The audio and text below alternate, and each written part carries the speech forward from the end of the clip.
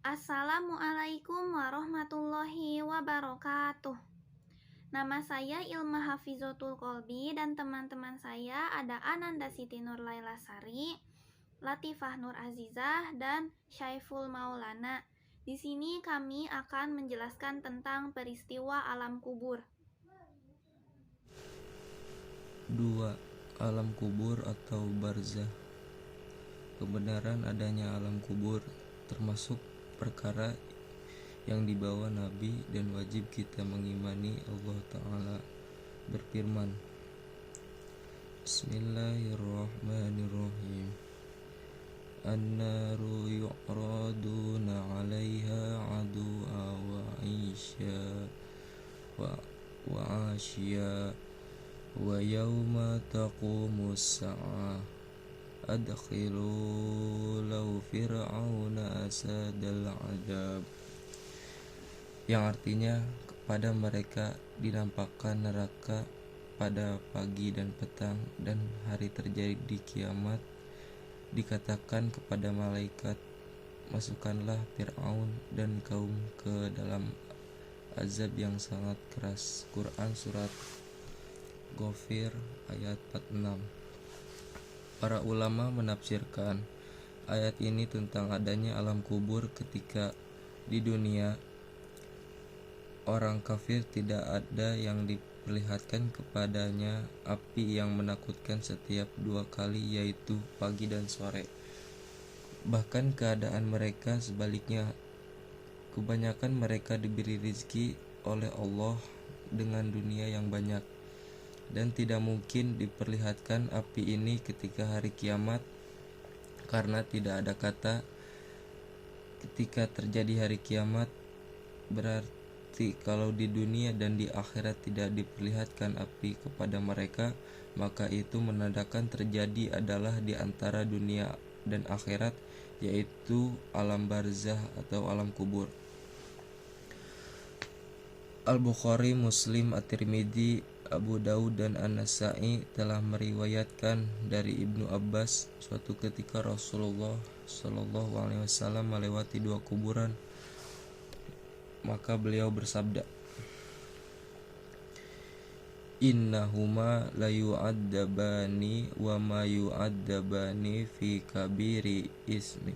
Qala bala amma ahaduhuma fakana yamshi bin namimati wa amma akharu fakana yastari min bauli, yang artinya sungguh keduanya sedang disiksa dan kedua tidak disiksa karena dosa yang besar dalam anggapan banyak orang. Rasulullah Shallallahu Alaihi Wasallam bersabda, padahal sesungguhnya dosa tersebut adalah dosa besar. Keduanya adalah dosa besar. Salah satu seorang di antara keduanya selalu menebarkan naminah, mengadu domba, dan yang tidak menjaga dari air kencingnya. Poin yang kedua di sini tentang keadaan alam kubur. Kehidupan di alam barzah sementara waktu, yaitu hingga datangnya hari kiamat. Sebab setelah datangnya hari kiamat nanti akan ada kehidupan lagi, yaitu kehidupan di alam akhirat. Di dalam hadis Nabi menegaskan bahwa alam kubur merupakan tahap pertama menuju alam akhirat. Alam kubur bisa juga sebagai taman surga atau lubang neraka. Seorang yang selamat melewati tahap pertama itu untuk tahap selanjutnya bakal lebih ringan, tetapi jika melalui tahap pertama sudah sulit, untuk tahap selanjutnya akan lebih sulit. Sabda Rasulullah Shallallahu Alaihi Wasallam yang berbunyi, Innamal qabru raudatum miryadil jannah au hafratum min hufarin nar, yang artinya bahwasanya kubur itu merupakan satu taman dari taman-taman surga atau merupakan satu lubang dari lubang-lubang neraka. Poin yang ketiga, ada kembalinya ruh ke jasad. Dan ketahuilah bahwa telah diriwayatkan secara sabit dalam hadis-hadis sahih tentang kembalinya ruh ke jasad di dalam kubur, seperti hadis Al-Bara' bin Azib yang diriwayatkan oleh Al-Hakim, Al-Baihaqi, dan Abu Awanah, dan dinilai sahih oleh beberapa hafidz hadis. Juga hadis Ibnu Abbas yang marfu'. man min ahadin yamurru bi qabri akhihil mu'minina kana ya'rifuhu fid dunya fayusallim alaihi illa arafahu wa radda alaihi salam. Rawahu Ibnu Abdul Barri wa Abdul Haq al-Isbilius wa Sahah. Artinya, tidaklah ada seorang pun yang berjalan melewati kuburan saudara muslimnya yang ia kenal di dunia lalu mengucapkan salam kepadanya kecuali dia mengenalnya dan menjawab salamnya. Hadis riwayat Ibnu Abdul Bar dan Abdul Haq al-Ishbili dan beliau menilainya sahih. Dari Abdullah bin Amr bahwa Rasulullah Shallallahu Alaihi Wasallam berbicara tentang dua malaikat penanya di kubur. Lalu Umar bin Khattab bertanya, apakah akal kami dikembalikan kepada kami, wahai Rasulullah? Beliau menjawab, iya, seperti keadaan kalian sekarang ini. Abdullah bin Amr berkata, maka Umar pun terdiam. Hadis ini diriwayatkan oleh Ibn Hibban dan beliau menilainya. Selanjutnya pertanyaan malaikat dan siksa kubur. Al-Bukhari dan Muslim meriwayatkan dari Anas dari Nabi Shallallahu Alaihi Wasallam bahwa ia bersabda, yang artinya sesungguhnya seorang hamba ketika diletakkan di dalam kuburnya dan para sahabatnya telah berpaling darinya dan ia pun mendengar suara sandal mereka ketika mereka meninggalkan tempat, maka datang kepadanya dua malaikat lalu mendudukannya seraya berkata, apa yang kamu katakan tentang laki-laki ini, Muhammad? Orang mukmin yang sempurna imannya menjawab, aku bersaksi bahwa dia adalah hamba dan utusan Allah. Kemudian dikatakan kepadanya, lihatlah tempatmu di neraka. Allah telah menggantinya dengan tempat di surga. Maka ia melihat kedua-duanya. Sedangkan orang kafir atau munafik, dia menjawab, aku tidak tahu. Dahulu aku berkata seperti yang dikatakan orang tentangnya.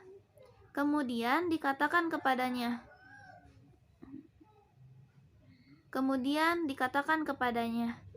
kamu tidak tahu kebenaran.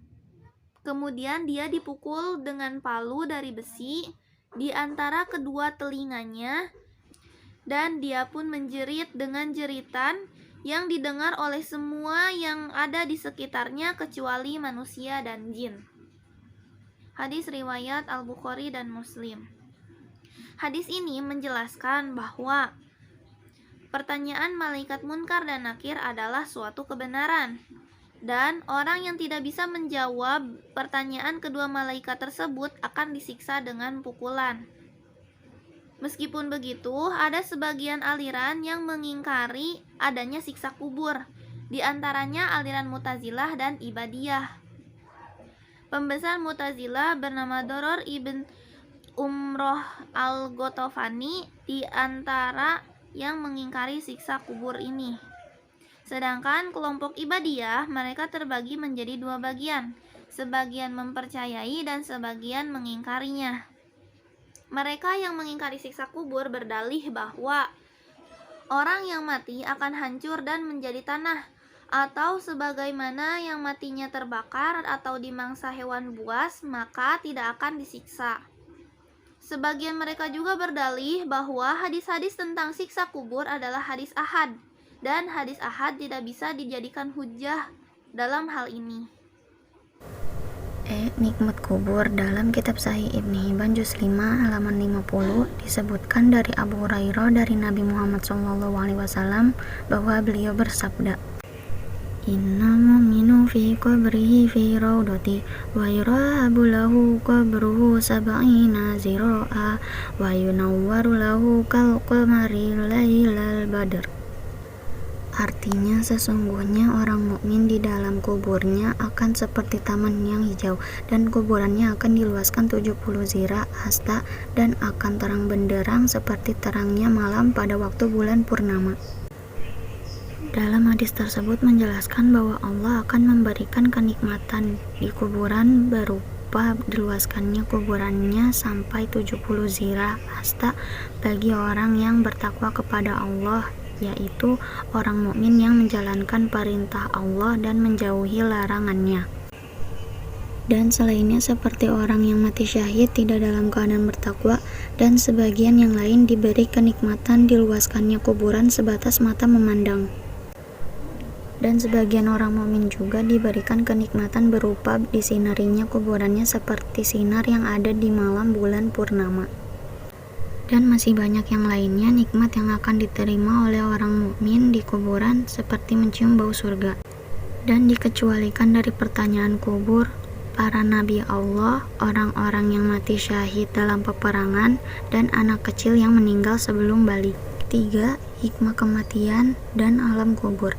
Ada beberapa hikmah yang dapat diambil dari kematian dan alam kubur untuk kita renungkan dan mempersiapkan diri sebelum ajal menjemput. Di antaranya yaitu 1. Mensyukuri nikmat hidup dengan menyembah Allah semata, zat yang telah memberikan kita kehidupan. 2. Menjadikan dunia sebagai ladang amal bekal akhirat, karena kehidupan dunia hanya sementara, sedangkan kehidupan di akhirat bersifat abadi. 3. Selalu berpikir dan mengingat kematian dengan meningkatkan ketakwaan, agar jika seandainya ajal menjemput, maka ia telah siap dengan amal ibadah. 4. Meluangkan waktu untuk ziarah kubur, agar kita selalu ingat mati dan tidak terlena dengan kenikmatan duniawi. 5. Mengambil pelajaran dari kematian orang lain, bahwa kita akan merasakan hal yang sama, sakaratul maut, diantarkan jenazah kita ke liang kubur, dan pertanyaan malaikat munkar dan nakir. 6. Memperbanyak amal ibadah yang pahalanya akan terus mengalir meskipun kita telah meninggal dunia. Sekian dari kami, bila ada kekurangan ataupun kesalahan mohon dimaafkan. Wabillahi taufiq wal hidayah. Wassalamualaikum warahmatullahi wabarakatuh.